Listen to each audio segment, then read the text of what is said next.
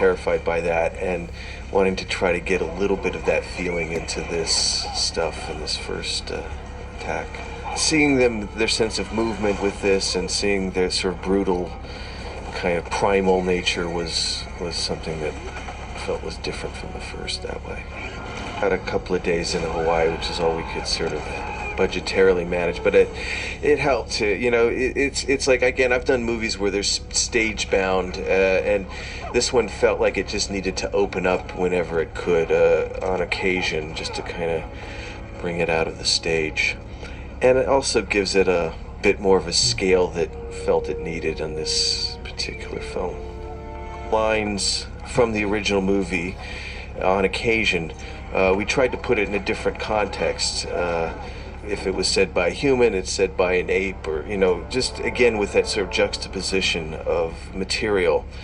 And also tried to put it in the context, if people didn't know what that original line was from the original movie, that it would still work just as a line in this movie. So what about stage versus location? And I mean, really, we're really rooted to where we were based on the makeups. I mean, that sort of kept us stage bound more than, but at the same time, we seemed to work in both stage and location pretty well. I mean, it was, again, a good group of people that had this stuff down, but it did make, the sheer numbers of people that we had to move from place to place made it harder to do, like, for instance, more work in Hawaii or Lake Powell.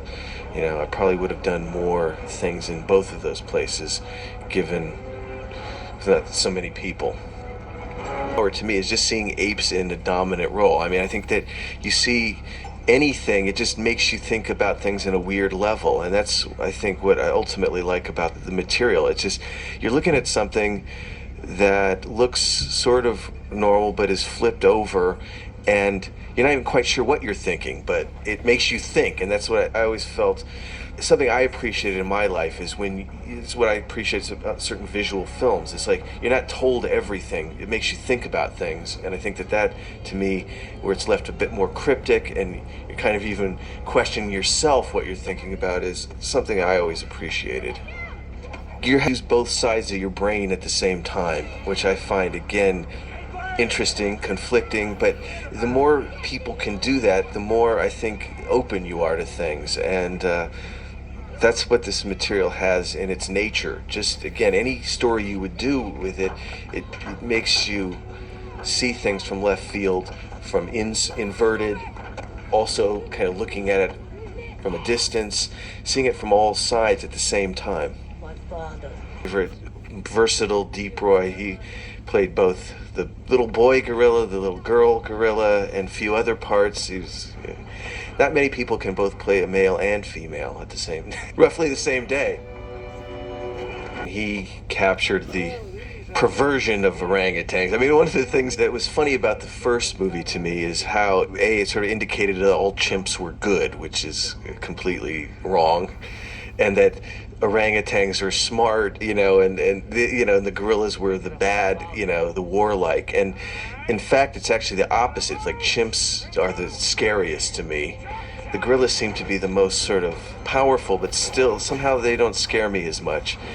And orangutans have always been like kind of perverted to me. I don't know if it's because of Vegas lounge acts or certain television shows, but and I think Paul got that kind of weird perverted quality that orangutans sometimes display.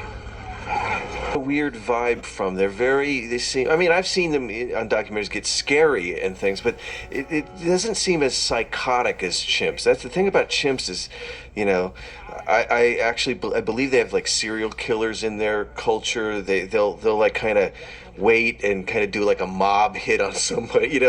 They got this kind of weird psycho equality that gorillas don't seem to quite display. Chimps will tear you in half. They'll, and they'll just do. I remember just being around them. The tactile nature of them is very eerie.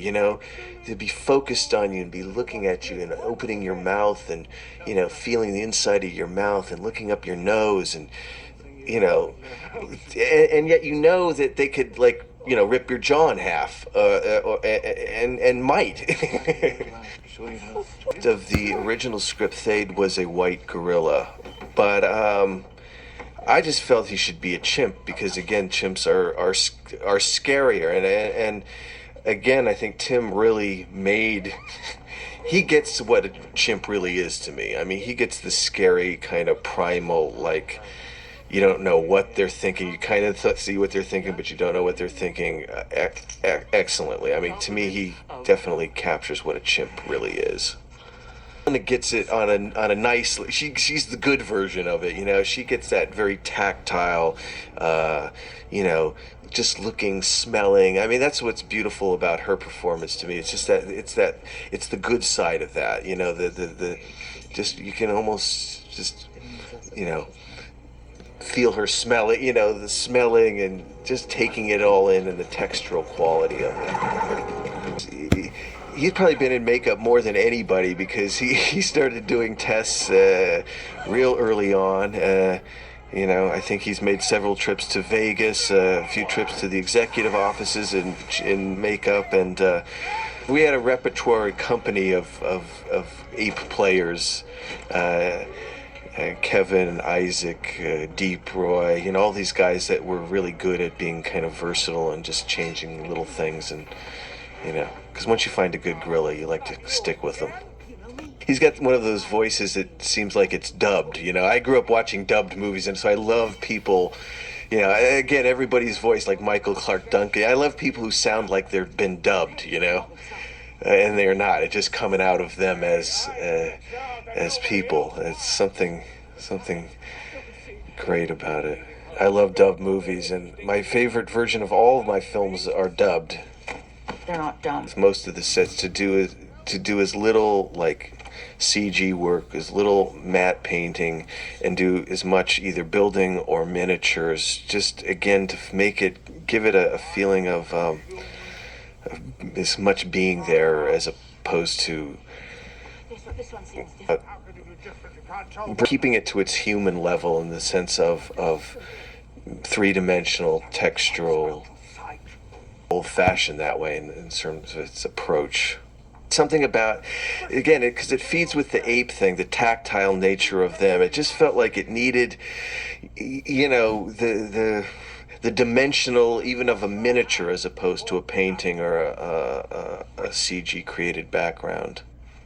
My problem with a lot of CG is that when you can do anything, it's like, well, film to me is about boundaries. That's part of what I like about it, and I recognize it when I watch a lot of old movies because I like the tactile. I like and I like a lot of B movies because I like to see people's restrictions. Somehow, it just makes it more magical. Somehow, when you're able to do anything, there's a thinness to the feeling of what you're watching, and therefore I just lose a little bit of interest in it personally sometimes, because I like seeing the rough edges. I like seeing the restrictions sometimes. I think it sometimes helps somehow.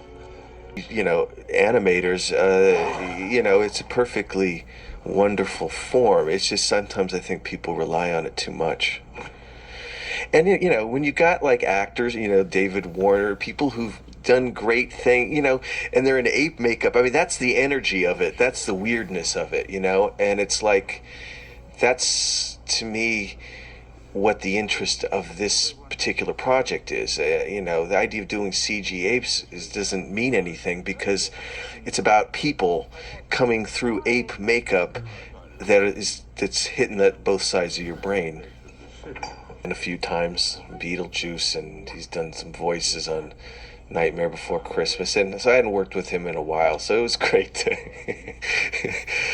he looks like him kind of.